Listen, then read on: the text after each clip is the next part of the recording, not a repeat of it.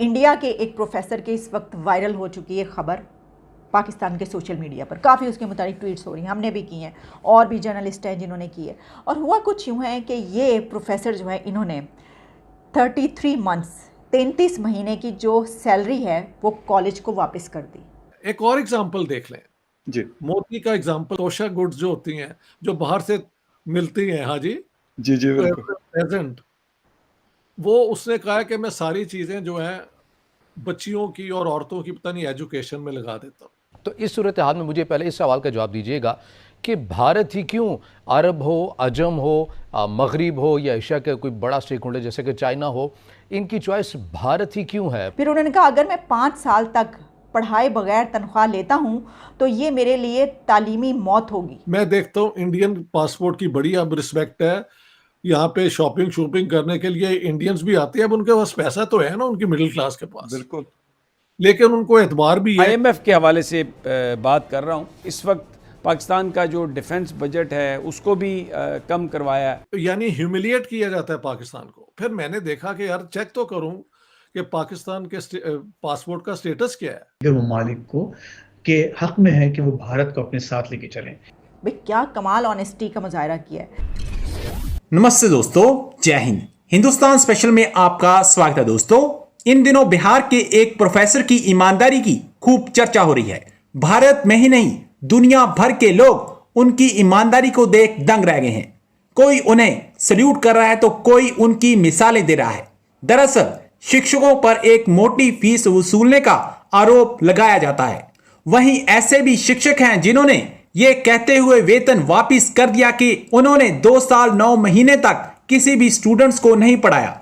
Doctor Lalan Kumar ने 23,82,000 का check कुल सचिव को वापिस कर दिया। इस घटना की जानकारी जब लोगों को हुई तो सब हैरान रह गए। कहा तो यह भी जा रहा है कि कुल सचिव ने पहले चेक लेने से इनकार कर दिया, लेकिन बाद में उन्होंने इसको स्वीकार कर लिया। पाकिस्तानी मीडिया एक भारतीय प्रोफेसर की ईमानदारी की तारीफ करता नहीं थक रहा। दूसरी तरफ IMF ने पाकिस्तान को अपना डिफेंस बजट को घटाने का निर्देश दे दिया है। इंडिया के एक प्रोफेसर के इस वक्त वायरल हो चुकी है खबर पाकिस्तान के सोशल मीडिया पर। काफ़ी उसके मुताबिक ट्वीट्स हो रही हैं, हमने भी की हैं और भी जर्नलिस्ट हैं जिन्होंने की है। और हुआ कुछ यूँ है कि ये प्रोफेसर जो है इन्होंने 33 मंथ्स 33 महीने की जो सैलरी है वो कॉलेज को वापस कर दी। और वो कॉलेज को वापस क्यों की? क्योंकि उन्होंने कहा कि मैं जाता रहा लेकिन किसी स्टूडेंट ने क्लास नहीं ली। तो मैंने ये सोचा कि मुझे बड़ा हुआ कि जब स्टूडेंट्स ने क्लास ही नहीं ली और मैंने पढ़ाया ही नहीं, तो मैं ये 33 मंथ्स की जो तनख्वाह है मेरी गलत है जो दी जा रही है। तो उन्होंने कॉलेज को वो तनख्वाह वापस कर दी। भाई क्या कमाल ऑनेस्टी का मुजाहरा किया है। भारतीय रियासत बिहार के शहर मुजफ्फरपुर के एक असिस्टेंट प्रोफेसर हैं जिन्होंने कॉलेज में अपनी 33 मंथ्स की जो सैलरी है वो रिटर्न कर दी है। अच्छा, भारतीय मीडिया रिपोर्ट्स के मुताबिक इनका नाम है ललन कुमार, कॉलेज में हिंदी के असिस्टेंट प्रोफेसर हैं। उन्होंने तकरीबन 3 साल की सैलरी कोई तकरीबन उनकी बनती है ये 23 लाख इंडियन रुपीस, यानी पाकिस्तानी रुपीस वो डबल हो जाते हैं। 23 लाख रुपीस जो हैं ये कहकर वापस कर दिए कि 2 साल से किसी भी तालिब इल्म ने, किसी भी स्टूडेंट ने उनकी क्लास ही नहीं ली। मीडिया से बात करते हुए ललन कुमार ने कहा कि उनके ज़मीर ने ये गवारा नहीं किया, इस बात की इजाज़त नहीं दी कि वो स्टूडेंट्स को पढ़ाए बगैर अपनी सैलरी एक्सेप्ट कर लें, जिसके लिए जो है वो उन्हें रखा गया था जिस काम के लिए। जब उन्होंने वही नहीं किया, उन्होंने कहा कि ऑनलाइन क्लासेस के दौरान भी मेरी क्लास में कोई मुट्ठी भर तलबा रहते थे, यानी ऑनलाइन क्लासेस उन्हें पढ़वाई। अब मुट्ठी भर तलबा मतलब कि 2-4 तलबा कुछ होते थे या 5-6-7-8 तलबा होते थे, तो काफ़ी हैं। यानी ये कि अगर आप एक स्टूडेंट को भी पढ़ाएं तो आप कहेंगे भाई मेरा तो टाइम, आम बंदा हमारे जैसा इंसान क्या कहेगा? हम क्लास पढ़ा रहे हैं, कोई नहीं आया, एक स्टूडेंट भी आया, हम कहेंगे भाई मेरा तो टाइम लगा है, मैं तो पूरी तनख्वाह लूँगा। लेकिन वो ये कह रहे हैं कि मैं ऑनलाइन पढ़ाता तो उसमें भी थोड़े से स्टूडेंट होते थे। फिर उन्होंने कहा अगर मैं 5 साल तक पढ़ाए बगैर तनख्वाह लेता हूँ तो ये मेरे लिए तालीमी मौत होगी। कैसे हो सकता है कि इंडिया एक ऐसे इत्तेहाद का हिस्सा हो जो चाइना के खिलाफ हो, और फिर एट द सेम टाइम वो एक और बहुत इम्पोर्टेंट इत्तेहाद जो कि ब्रिक्स है उसका भी एक हिस्सा है जिसमें चाइना का बहुत बड़ा रोल है, और जिस इत्तेहाद का, जिस अलायंस का हेडक्वार्टर्स ही चाइना में है।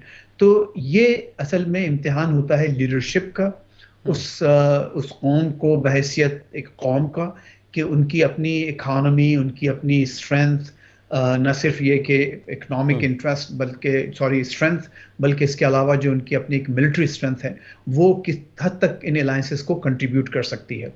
तो ये 2-4 अहम चीजें हैं। सही। लेकिन अच्छा, again, going मुझे back यहाँ to पर ये your- बताइएगा the कि last part of your हमने question, देखा जिस तरह आपने जो गुफ्तगू की उसमें कहा कि चाहे ब्रिक्स हो उसके अंदर भी आपको भारत नज़र आता है, या अगर दीगर मगरिब के साथ इत्तेहाद बनते हुए नज़र आए तो एशिया में भारत ही सबकी ऑप्शन होती है और इसी को सेलेक्ट किया जाता है। ये आखिर वजह क्या है? क्योंकि आज के इस प्रोग्राम में जो मकसद है इस ऐसे तमाम अमूर के ऊपर डिस्कस करने का कि आलमी सतह के ऊपर जो ये इत्तेहाद बनते हुए नज़र आ रहा है उसमें पाकिस्तान का जो किरदार हमें या तो कहीं नज़र नहीं आता या बड़ी हद तक जो है हमें कम नज़र आता है। ब्रिक्स इजलास हो उसके अंदर भी वज़ारत ख़ारजा की जानिब से किसी भी मुल्क का नाम लिए बगैर ही कह दिया जाता है कि हमारी शिरकत यकीनी थी, लेकिन बहरहाल एक मुल्क की जानिब से ये मौक़िफ़ दोहराया गया कि पाकिस्तान की शिरकत नहीं होगी तो उसी सूरत में हमारी होगी, और इसी की बिना के ऊपर हमें भी उस इजलास के अंदर नहीं बुलाया जाता जो कि पहले से तय भी होता है। तो इस सूरत हाल में मुझे पहले इस सवाल का जवाब दीजिएगा कि भारत ही क्यों, अरब हो, अजम हो, मगरिब हो या एशिया का कोई बड़ा स्टेक होल्डर जैसे कि चाइना हो, इनकी चॉइस भारत ही क्यों है? पाकिस्तान उस तरह क्या पॉलिसी हमारी उस तरह से मौसर नहीं है? देखिए, इसका जवाब जो एक सादा सा जवाब है वो तो ये कि ज़ाहिर है भारत हमसे पाकिस्तान से 10 गुना एक ज़्यादा बड़ा मुल्क है। उसकी इकानमी, उसकी मिलिट्री, और फिर भारत की जो जोग्राफियाई हैसियत है, जितने ममालिक के साथ इसके जो बॉर्डर्स मिलते हैं, जो अहम ममालिक के साथ, और जिस समंदर पर वो वाक़ है, यानी जिसको आप इंडियन ओशन कहते हैं, फिर वो अरेबियन सी के साथ भी है, तो उसके जो कई ऐसे पॉजिटिव पॉइंट्स हैं जिसकी वजह से दीगर ममालिक को के हक में है कि वो भारत को अपने साथ लेके चले। उनके एक प्राइम मिनिस्टर थे, वो 13-13 दिन के लिए 2 दफा बने हैं, Gulzari Lal Nanda.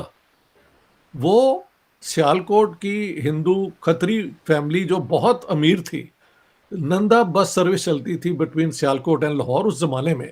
That man became a भगत। सारी सियासत उन्होंने, और बाद में जो मरने से कुछ साल पहले उनके पास किराया नहीं था, उनको किराए के एक मकान से निकाल दिया। लाल बहादुर शास्त्री जो हैं, जब उनकी डेथ हुई तो उनके पास उनके पास पैसे नहीं थे देने के लिए उनकी फैमिली के, उनकी ये प्रॉपर सेरेमनीज करने के लिए। और महल मनमोहन सिंह और ये जितने हैं, उनकी आप देखें करप्शन कोई नहीं है। एक और एग्जांपल देख लें, मोदी का एग्जांपल। लेकिन ये जो है ना, तोसा में वो क्या कहते हैं, तोशा गुड्स जो होती हैं, जो बाहर से मिलती हैं, हाँ जी प्रेजेंट, वो उसने कहा कि मैं सारी चीजें जो हैं बच्चियों की और औरतों की पता नहीं एजुकेशन में लगा देता हूँ। हमारे यहाँ इमरान खान हो या नवाज शरीफ हो, या ये सब वहां पे खरीद लेते हैं जो भी रेट है इनका, और सर आगे बेच भी देते हैं। आगे बेच देते हैं ना, मैं ये कहने वाला था। प्रॉफिट।